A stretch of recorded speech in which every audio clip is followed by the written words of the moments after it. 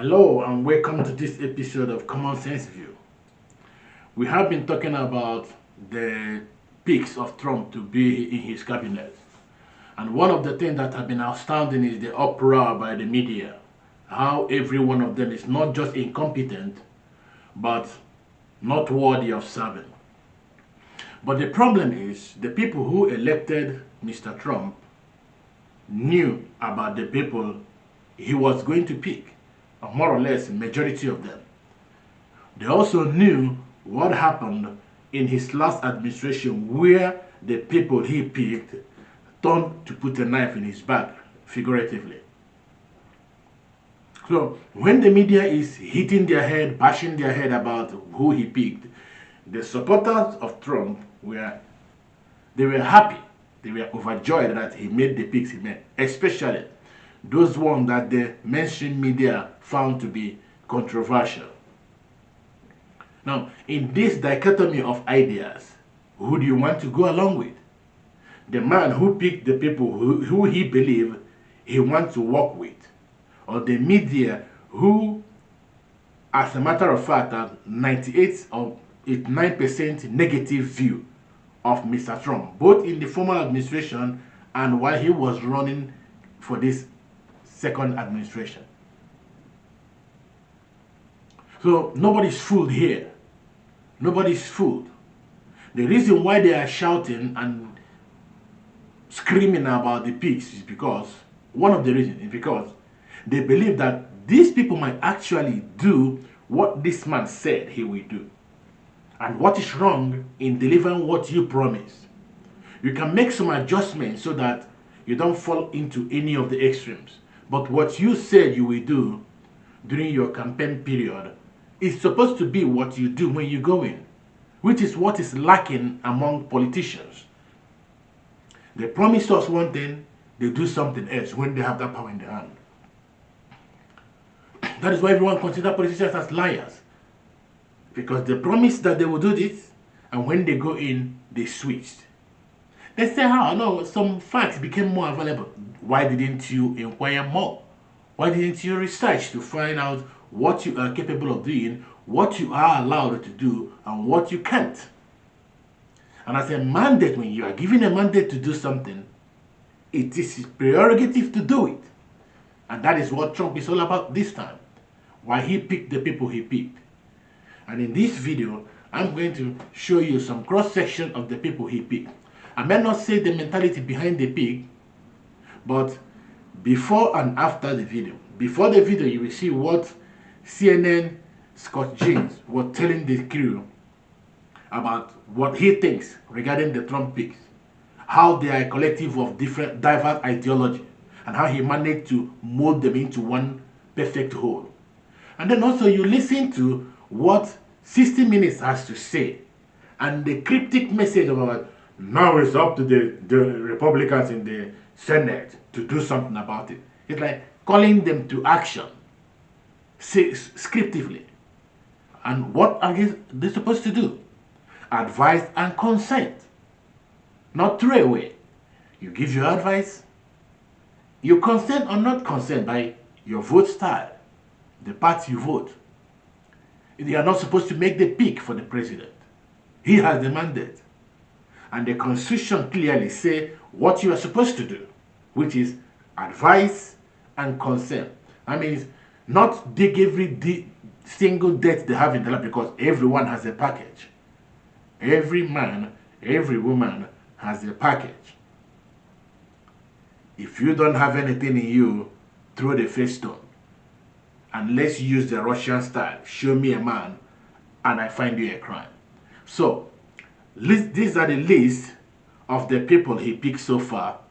Let's look at them and then let's listen to 60 Minutes. At the moment, some of the picks are raising a lot of dust.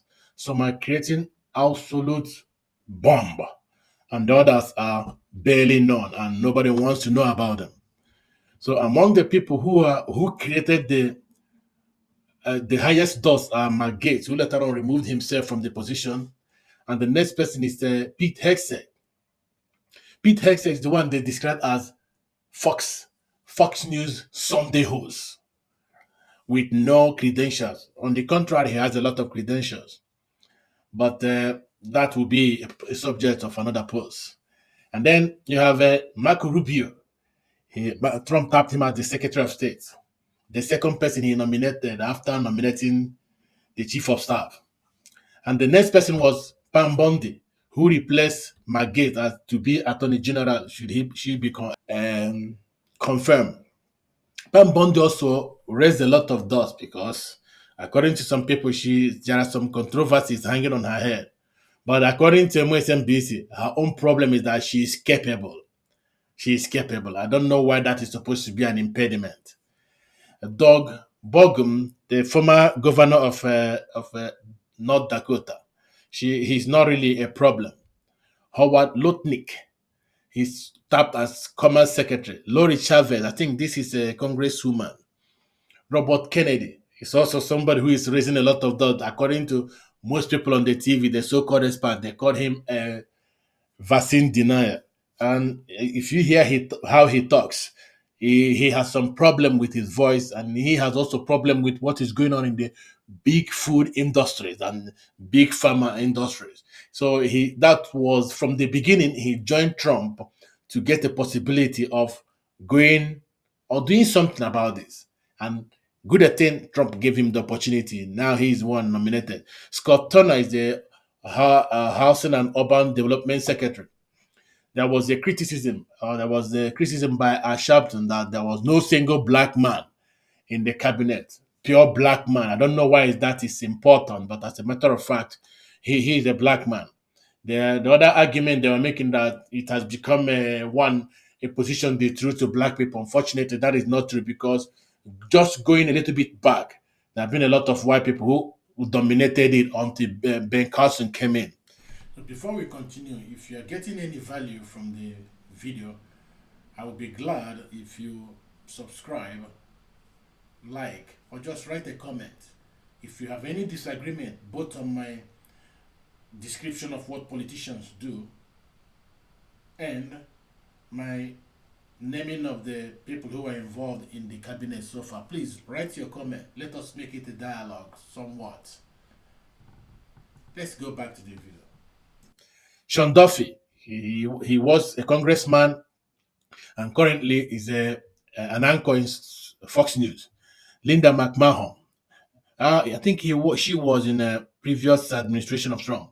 Christina Naum, she would have been the vice president nominee if not that she shot her puppy. It was a very big news, and I know you know also that people like their puppy. People like the other family member. So it wouldn't have gone well. That would have been a very big problem. And there was also other problem. I don't think I want to mention it here.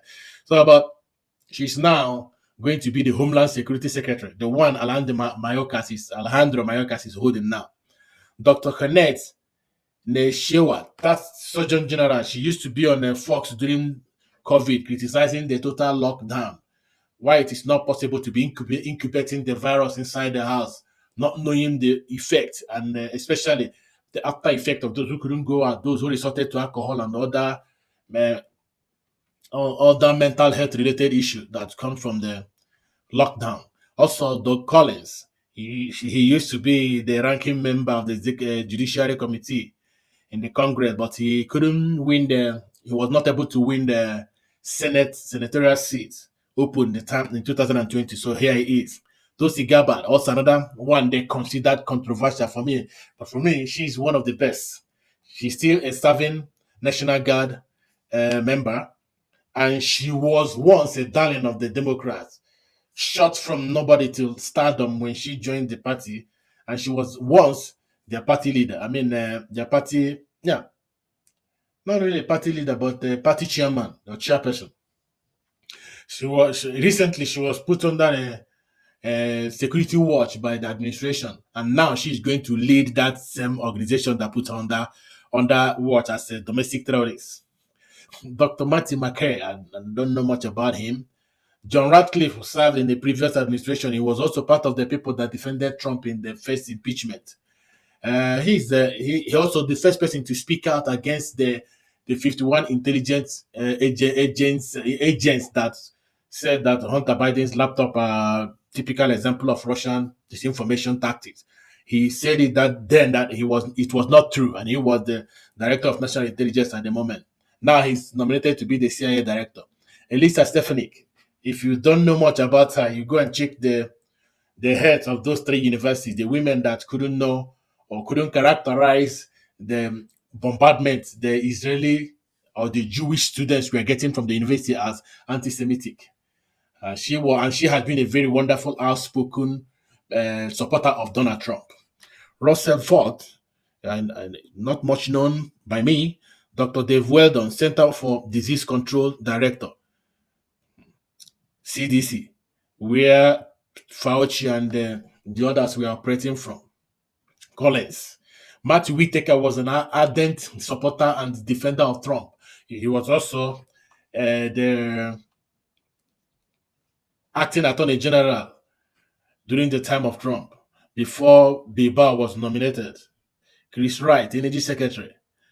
Rep. Lee Zeldin. He was the one that lost to Kathy Hochul, the governor of New York.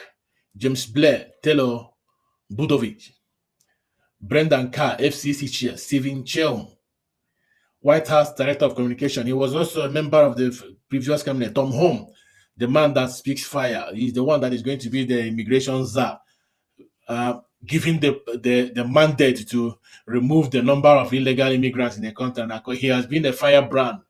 When one of the controversies or the so-called controversy was involved, when he was asked, "What will you do? Are you going to separate parents from their babies? What do you do about those in order not to separate people from their family, separate kids and families?" He said, "You deport them together." That was masterclass, according to me.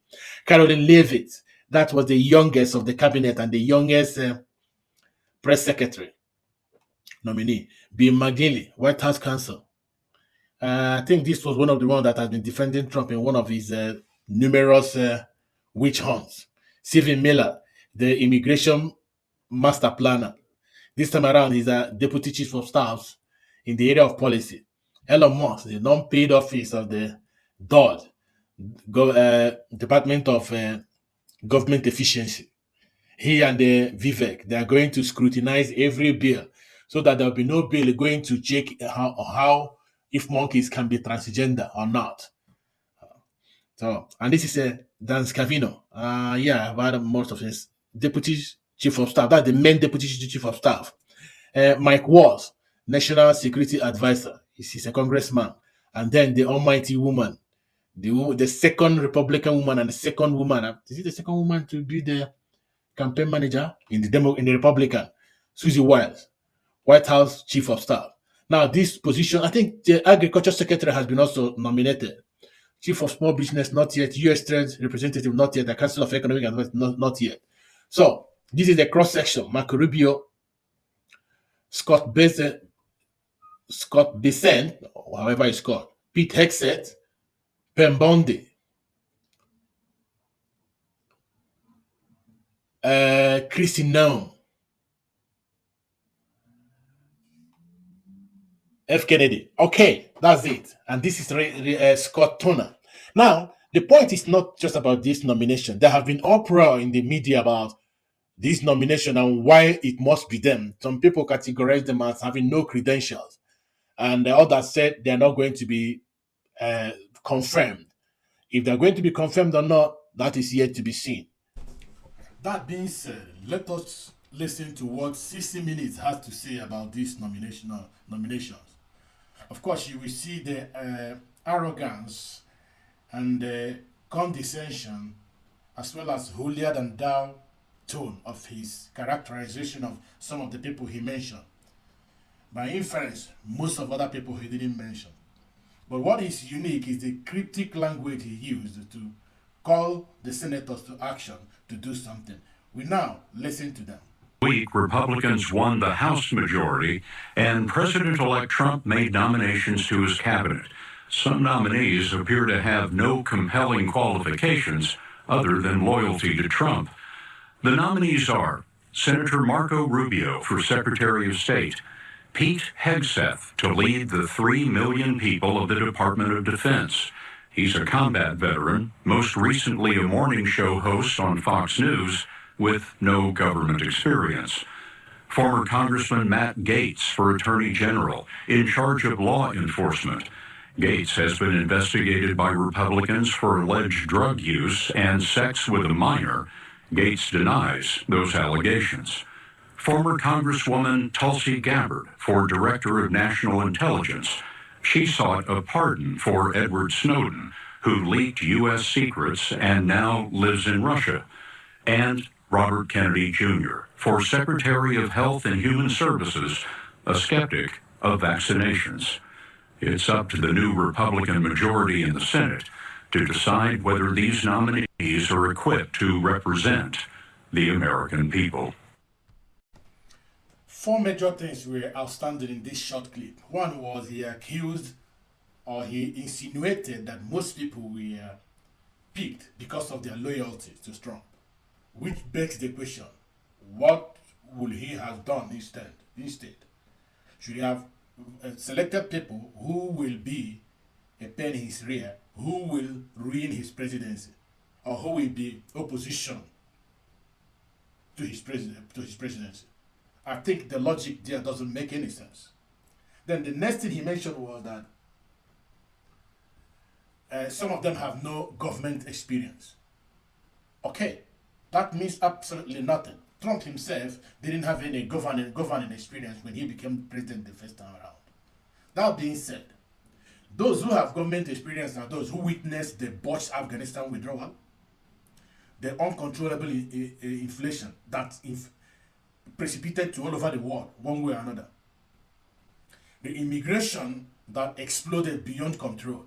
These people have government experience. One of them has more than 50 years government experience, yet the result was not palatable. What is wrong then with using those who don't have government experience but have experiences that have put them in place to be noticed for this position?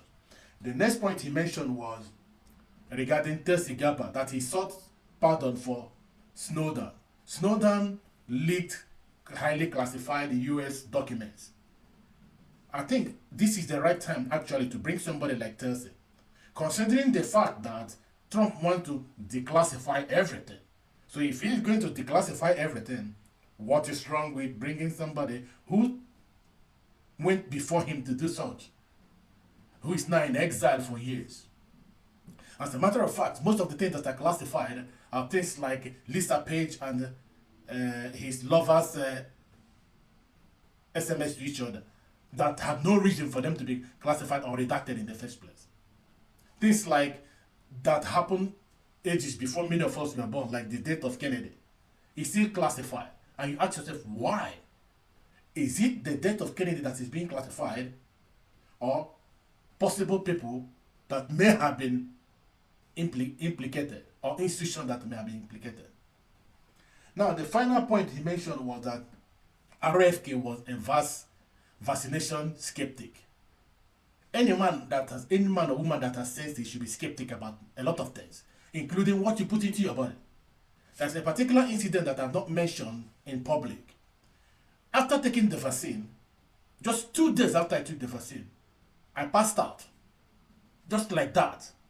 I was lucky because I noticed that I was getting blank. Then I kneeled on the wall while removing my shoes. So because I leaned on the wall, I didn't fall face down. I literally slid down, and I was there for a number of minutes I couldn't remember. When I opened my eyes, I realized I've been there for quite a while. I am not the only one who has said something about the vaccination. There's been a lot of people also who have made 1 or 2 observations about their life since they took the vaccines. To have somebody question, are these the right thing, or are they really the right mixture, or are they doing what they're supposed to do, or what we are told to do that they do? To have somebody asking that question doesn't seem completely out of place to me. I don't know about you. So that is what I noticed about that video. Tell me what you noticed. Thank you so much for watching. If you like what you heard, if you like what you saw, please like, share, and subscribe. And take time to check some other videos that are related. And until then, see you next time.